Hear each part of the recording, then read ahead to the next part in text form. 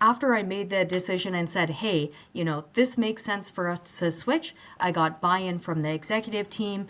We got buy-in from the bank. The bank said, yes, we could do this. We could switch you over to the traditional lending. I made sure that my team was on board and everyone understood what we were going to be moving towards and made the switch. As an accountant, I'm always looking for large expense items.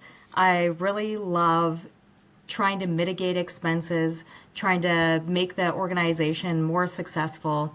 And one of the line items that I saw that was large was banking, and it was lending, to be specific, asset-based lending.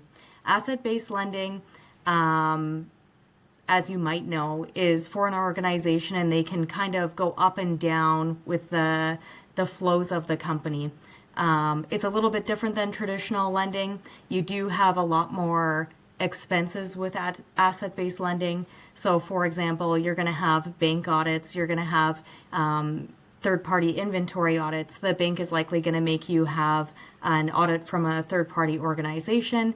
You might have higher interest rates, a lot more banking fees. I wanted to look into this to see whether or not we could change it. And the more I dug into it, the more I said, I don't know if this makes sense, but let's work with the bank and see what the other options are, and then work with the executive team and work with other key stakeholders to make sure that, this makes sense for the organization and that they're still going to be able to have as much lending as they do today with ABL tomorrow with traditional lending.